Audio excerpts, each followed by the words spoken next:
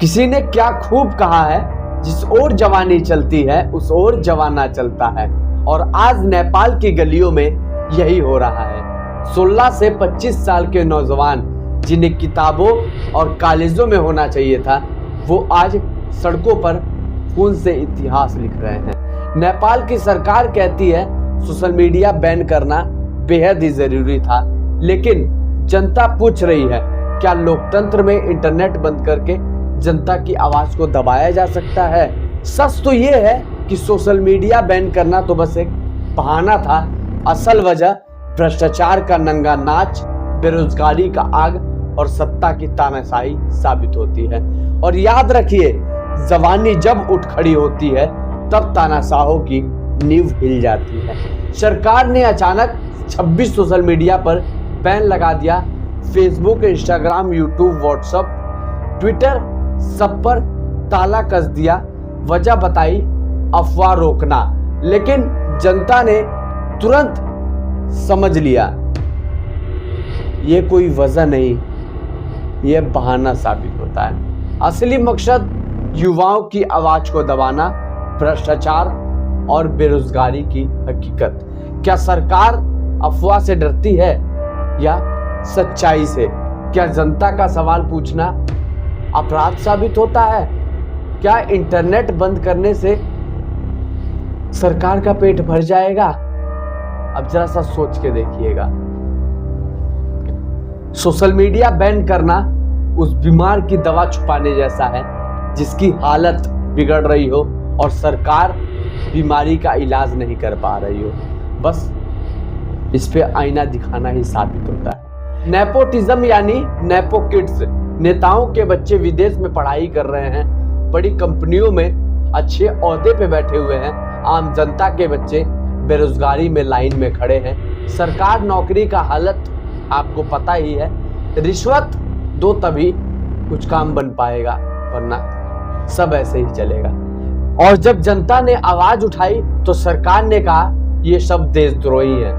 क्या इस देश में आवाज उठाना देशद्रोह साबित करता है? और जब जनता ने आवाज उठाई तब सरकार ने कहा ये सभी देशद्रोही साबित होते हैं। क्या इस देश में आवाज उठाना देशद्रोह साबित होता है? इस पे तो ताली बजाओ और सीना पीटने का मन युवाओं का करता होगा। युवा ने कहा भ्रष्टाचार बंद करो, रोजगार दो, अन्याय को रोको। युवा सड़कों पर उतर गए। सिर्फ छात्र नहीं, आम नागरिक, मजदूर, किसान सब साथ में आ गए और सभी ने हाथ को जोड़ लिया। संसद भवन को जला दिया गया, पूर्व प्रधानमंत्री की बीबी को जिंदा जला दिया गया, नेताओं के घरों पर हमला किया गया, नेताओं को घरों को फूंक दिया गया, प्रधानमंत्री भागने को तैयार हुए। नेताओं मंत्रियों का कुछ पता नहीं, ये गुस्सा अचानक नहीं था, ये बरसों की दबाई हुई ज्वालामुखी थी जो अब बाहर विस्फोट हो गई। बेरोजगारी, गरीबी और भ्रष्टाचार ने इसे भड़काया और इसी बीच एक और खौफनाक मंजर और खौफनाक खबर निकल के आ गई। नेपाल के पूर्व प्रधानमंत्री की पत्नी को भी प्रदर्शनकारियों ने भीड़ में जिंदा जला दिया। अब जरा सा सोच के देखिए, गुस्सा इतना भयानक था कि लोग अपनी इंसानियत तक भूल गए। लेकिन सवाल यह है, जनता को इतनी नफरत, इतना दर्द आखिरकार क्यों जमा करना पड़ा? ये गुस्सा अचानक नहीं था, ये दशकों से लूट, बेरोजगारी और तानाशाही का ज्वालामुखी था जो अचानक से फट के बाहर निकला। लेकिन याद रखिए, आंदोलन की ताकत उसकी इंसानियत से होती है।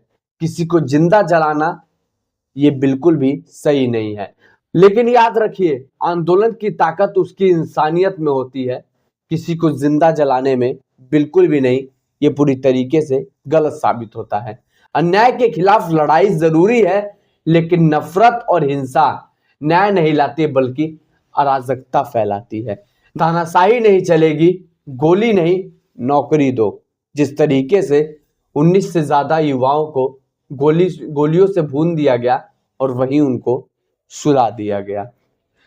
अब जरा सा सोच के देखिएगा, एक मां कहती है मेरे बेटे के पास नौकरी नहीं, लेकिन भ्रष्ट अफसर के बेटे के पास गाड़ी, बंगला और सब कुछ है। क्या यही न्याय है? क्या यही लोकतंत्र है? सरकार ने आंदोलनकारियों को चुप कराने के लिए गोलियां चलाई, गोलियां बरसाई और गोलियों की बौछार की। खून से लाल हो गई काठमांडू की सड़कें।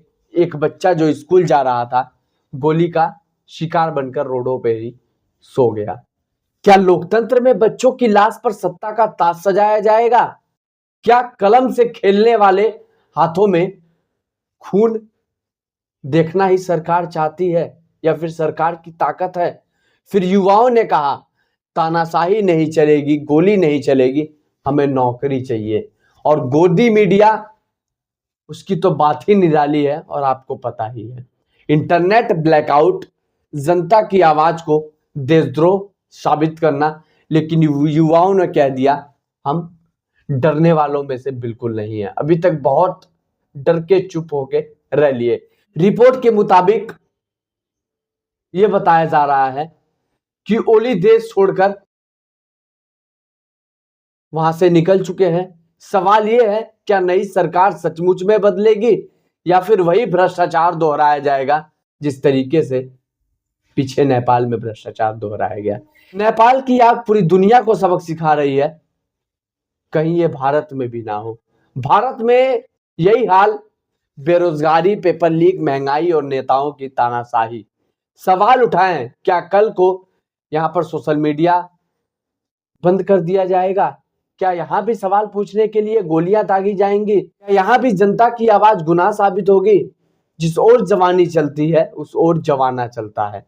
नेपाल की जवानी उठ खड़ी हुई, भ्रष्टाचार के खिलाफ, बेरोजगारी के खिलाफ, तानाशाही के खिलाफ। सोशल मीडिया खुल गया, प्रधानमंत्री गिर गए, लेकिन असली लड़ाई तो अभी बाकी है। याद रखो, जनता से बड़ी कोई भी कुर्सी नहीं है। और जब जवानी सड़कों पर उतरती है तब तानाशाहियों की दीवार ढह जाती है। लेकिन एक कहावत है, अति किसी भी चीज की बहुत बेकार होती है। यहां पे जो युवाओं, जो जेंजी उपद्रव कर रहे थे, आग लगा रहे थे, वो कहीं ना कहीं अब गलत साबित होती है। यह अपना ही नुकसान यहां पे किया जा रहा है और किसी का नुकसान नहीं किया जा रहा। आखिरकार इससे क्या साबित होगा? जो आपने करना चाहा वो हो गया। अब इन चीजों को यहीं स्टॉप कर दिया जाए। Save of Nepal, save Nepal. Nepal आखिरकार कैसे बचेगा? कहीं नेपाल बर्बाद तो नहीं हो जाएगा? जिस तरीके से जेंजी यानी युवा रोड पर उतर के लगातार प्रदर्शन कर रहे, संसद भवन फूंक दिया गया, तमाम मॉल को लूट लिया गया, तमाम लोगों को गोलियों से भून दिया गया, इस तरीके से लगातार खबरें निकल के आ रही हैं। तो जरा सा समझने की और सोचने की जरूरत है कि नेपाल कहीं बर्बाद ना हो जाए पूरी तरीके से।